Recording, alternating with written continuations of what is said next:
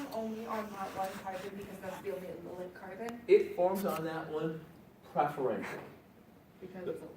Because it's the Because only it's a little. There are still other products that form, but they're going to be minor components. It's not going to be a major product. Because when I actually have my bromine radical come in, it can react with a hydrogen here, or a hydrogen here. And that is also, but it's not the preferred one. It's not the thermodynamically most stable one. Okay? We always talk about thermodynamics because it fits our model. The most stable compound tends to push the product toward that stability. Okay? How about this one down here? In this case, if I want to form that product, I do have a lone double bond here. So I know if I want to put a bromine here, instead of adding it across that double bond here, that triple bromine, I have to put my N-bromosuccinimide in there, or my NBS. Okay? So NBS, there's going to be some bromine mixed in with that, and some light, and I preferentially will form the free radical and put my bromine in there, rather than adding Br2 across that double bond. Yes? But you still could do that? Oh yeah. You're going to get some So- small product that will form, minor products that will form. Okay. Every single chemical reaction you will ever do has minor products. Every single one. There's no such thing as 100% So is yield. that considered the race mixture? But you will get it wrong if On you the put test. the other products down in exactly for the major product. Yes. I forgot my question. Good. How would you write it down if you didn't have the double bonds? For this one? Yes, if the double bonds are not attached, If I didn't have any of these double bonds, what would be the major?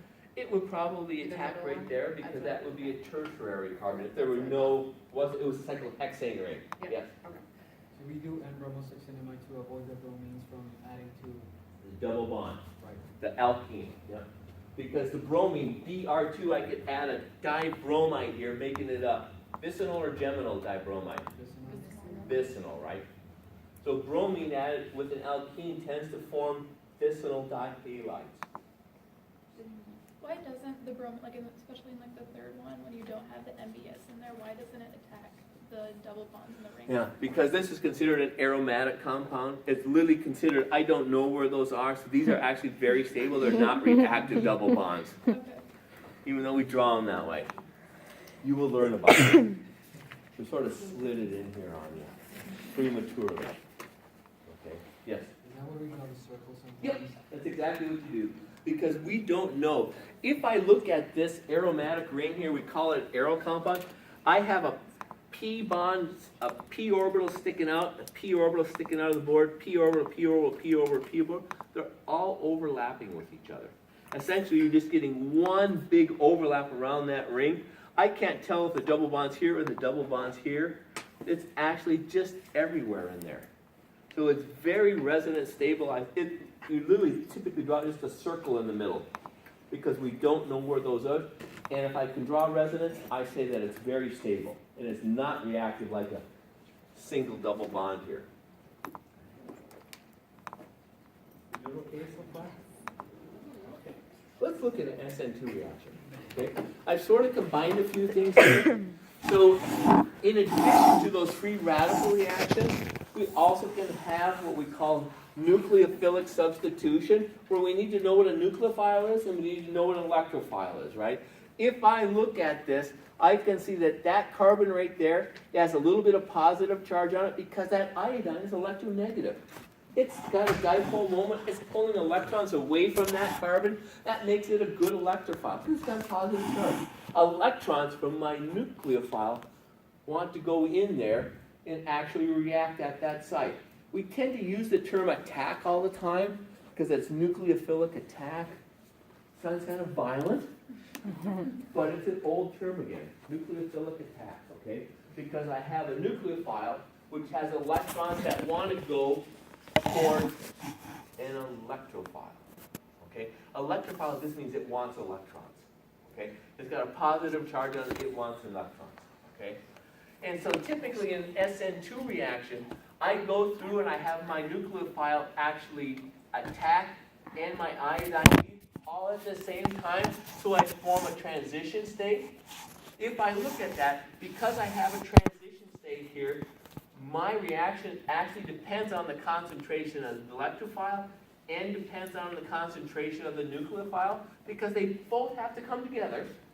And that's the rate determining step. And I can see that right here. If I take this molecule and this molecule, here's my reactants. I have to actually form that transition state, which means I need both molecules. And therefore my rate is dependent on both of them. That's why we call it SN2, because its rate is bimolecular 2.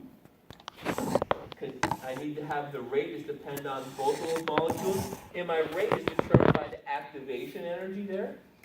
Okay? That's the difference between this state, reactants, and my transition state. When we draw transition states, we usually typically put that little double cross little arrow there. That means transition state in our reaction coordinates there. Okay? And then I have my final products there. Okay? So these are typically called concerted reactions because they happen all at once.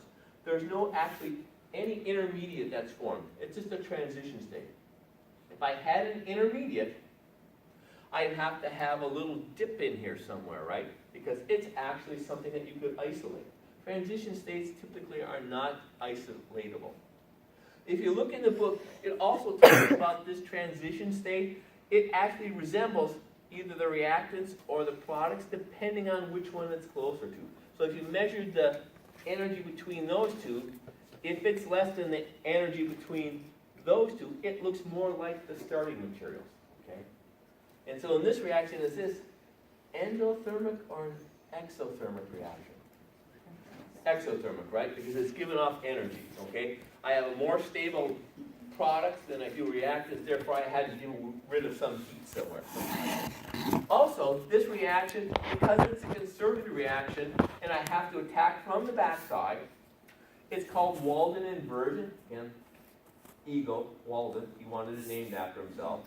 He actually did all the chemistry to show that it actually gets inversion of the stereochemistry here.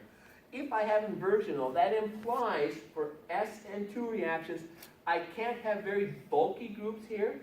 I have to have a small, strong nucleophile, and I can't have many methyl groups here. So if I have a tertiary alkyl halide, we typically don't do SN2 reactions. It's too bulky. I can't get in there.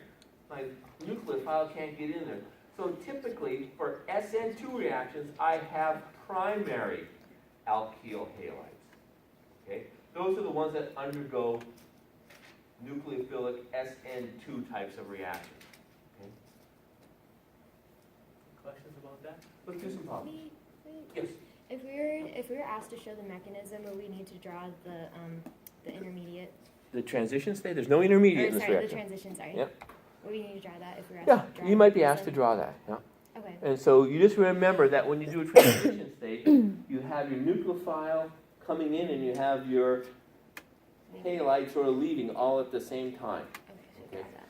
If I were to draw an SN1 reaction, there is an intermediate. Okay? And that would be my carbo Cation. cation, right? That's the reaction intermediate. Okay? This is a transition state. So if I look at this, I have a primary alkyl halide. I have a strong nucleophile. How do I know that's strong? Okay? Because that's actually F oxide. It's oxide, actually it's ionic, which makes it a very strong nucleophile. If I had ethanol, if I had an H there, that's a very weak nucleophile. So we tend to think of these ones that are very ionic as being strong nucleophiles. If I have an alcohol, it's a weak nucleophile. Okay?